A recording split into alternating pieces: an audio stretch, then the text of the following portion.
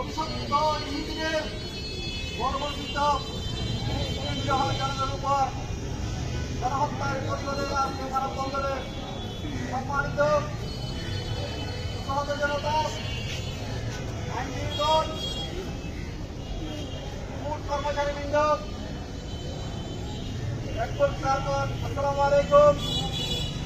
নিশ্চয়ই আপনারা জানেন, ইহুদি একটি অভিশপ্ত জাতি।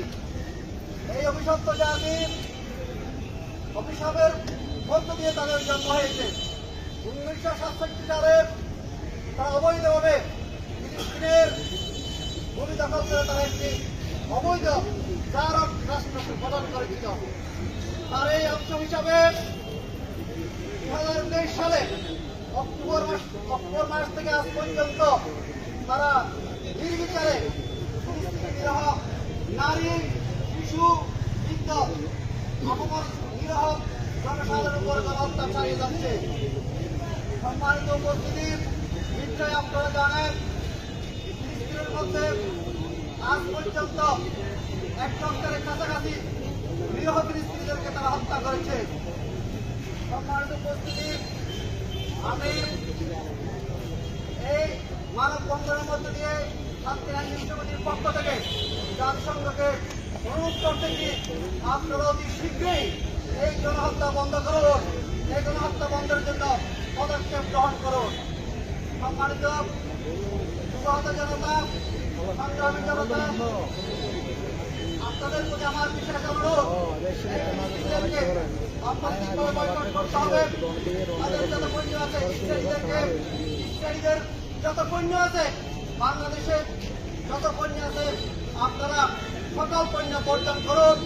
তাদেরকে কূটনৈতিকভাবে, অর্থনৈতিকভাবে বয়কট করলে ইনশাআল্লাহ তারা কাবু হয়ে যাবে ইনশাআল্লাহ।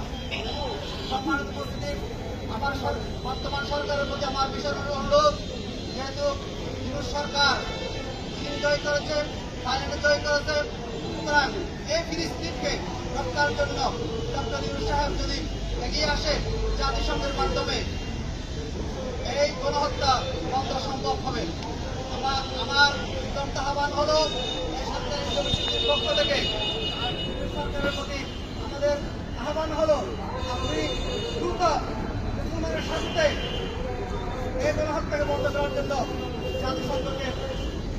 জাতিসংঘের যিনি মহাসচিব আছে তাকে এনে যেভাবে আপনি রোহিঙ্গাদেরকে পুনর্বাসন করার জন্য যে ব্যবস্থা গ্রহণ করেছেন, আপনি আবার সারা বিশ্বকে আপনি একজন বিশ্বরে হয়ে যাবেন। আবার প্রমাণ করুন, আপনি ফিলিস্তিনের মধ্যে জাতিসংঘের মহাসচিবকে এনে এই গণহত্যা বন্ধ করার জন্য চেষ্টা করুন। এই আহ্বান জানিয়ে আমার বক্তব্য শেষ। আসসালামু আলাইকুম ওয়া রাহমাতুল্লাহি ওয়া বারাকাতুহু।